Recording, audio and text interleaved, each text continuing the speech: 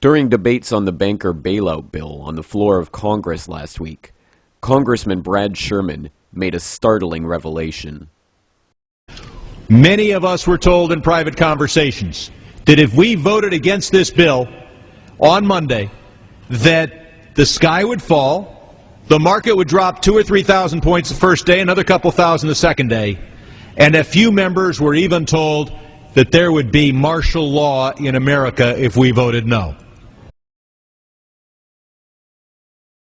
Martial law is defined as the rule by military authorities imposed on a civilian population. According to an article in the Army Times last month, the administration's threats of implementing martial law is not idle talk. In this shocking article, the U.S. Army admits they're bringing a combat team back from Iraq to continue their mission in America, and that this combat team will be assigned to NORTHCOM to assist in the event of civil unrest in crowd control through non-lethal weaponry. This deployment is of course in direct violation of long-standing laws known as Posse Comitatus and the Insurrection Act, which strictly prohibit the U.S. Army from policing American citizens on American soil. While such extraordinary steps toward the open implementation of martial law on the streets of America might seem like the Bush administration's last-ditch effort to keep the public in check while they rob the Treasury of hundreds of billions for their banker friends, it is crucial to understand that this is only the final stage in a careful plan that has been unfolding for decades through both Republican and Democrat administrations. Government plans to suspend the Constitution and effect martial law have been taking place behind the scenes under continuity of government contingencies first exposed in the mid-1980s and raised by Congressman Jack Brooks during the Iran-Contra hearings. Colonel North, in your work at the NSC, were you not assigned at one time to work on plans for the continuity of government in the event of a major disaster? Mr. Chairman. I believe that question touches upon a highly sensitive and classified area, so may I request that you not touch upon that, sir. I was particularly concerned, Mr. Chairman, because I read in Miami papers and several others that there had been a plan developed by that same agency, a contingency plan in the event of emergency that would suspend the American Constitution. And I was deeply concerned about it and wondered if that was the area in which he had worked. I believe that it was. May I most respectfully request that that matter not be touched upon at this stage. If we wish to get into this, certain arrangements can be made for an executive session.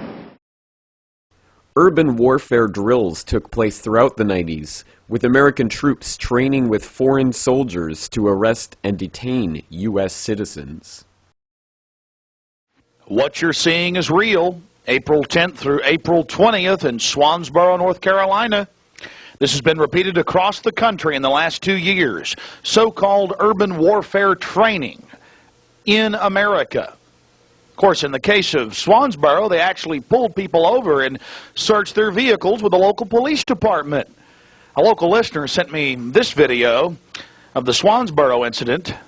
You see, they take out groups of young officers from across the country in the Marine Corps and teach them that it's okay to go into American towns and cities and take over the city halls and search vehicles. In this training exercise, it became real. They become so arrogant, they just followed their orders and began to search people's vehicles.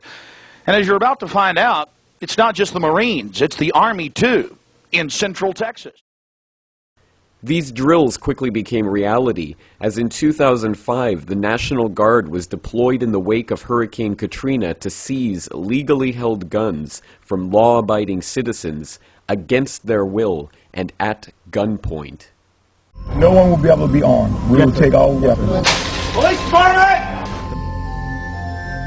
Police department at your home! All of a sudden, they were banging on the front door, the side door, and the back door, and they said, "Let us in." I said, "It's not even loaded," and I dropped it on the floor. You got a gun? Well, they punched me in the face. Look at my black and blue marks. Look at what they did to me. In 2006, a secret government program came to light, which is recruiting clergy members to preach obedience to government in the event that martial law is declared. In 2007, the program was confirmed on CBS News. If martial law were enacted here at home, like depicted in the movie The Siege, easing public fears and quelling dissent would be critical. And that's exactly what the Clergy Response Team, as it's called, helped accomplish in New Orleans. Jeff, the primary thing that we say to anybody is let's cooperate and get this thing over with, and then we'll settle the differences once the crisis is over. Such clergy response teams would walk a tightrope between the needs of the government versus the wishes of the public. In a lot of cases, these clergy would already be known in the neighborhoods in which they're helping to defuse that situation. For the clergy, one of the biggest tools that they will have in helping calm the public down or obey the law is the Bible itself, specifically Romans 13. Because the government is established by the Lord, you know, and that's what we believe in the Christian faith. That's what's stated in the Scripture. And on May 9th, 2007, President Bush signed off on National Security Presidential Directive 51. This top-secret continuity of government plan effectively makes the president a dictator, allowing him to declare a national emergency for any reason whatsoever and implement martial law without the approval of Congress. The plan itself is so secret that not even members of the Homeland Security Committee in Congress are allowed to see its contents. But now they've denied the entire Homeland Security Committee of the United States House of Representatives access to their so-called detailed plan to provide for continuity of government. They say, trust us. Trust us, the people who brought us Katrina, to be competent in face of a disaster. Trust us, the people who brought us warrantless wiretapping and other excesses eroding our civil liberties. Trust us. These are just a few of the dozens of preparations that have already been completed to phase martial law in incrementally, bringing it about in stages, so an official declaration of military rule need not even be made. But if martial law is already a reality, what excuse will be used to turn the military against the American public? Have you heard about this new thing going on in Great Britain that Al-Qaeda routing up all these Britons, essentially, 1,400 strong, apparently, in a new, what's being called a new white Al-Qaeda army? Tougher to detect, potentially. Yeah, because they're not Muslims. They look just like regular British people. They're converts.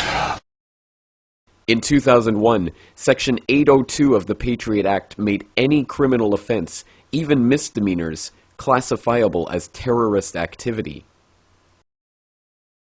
In 2006, the Military Commissions Act gave the executive branch the authority to declare U.S. citizens and residents unlawful enemy combatants and detain them in undisclosed locations indefinitely.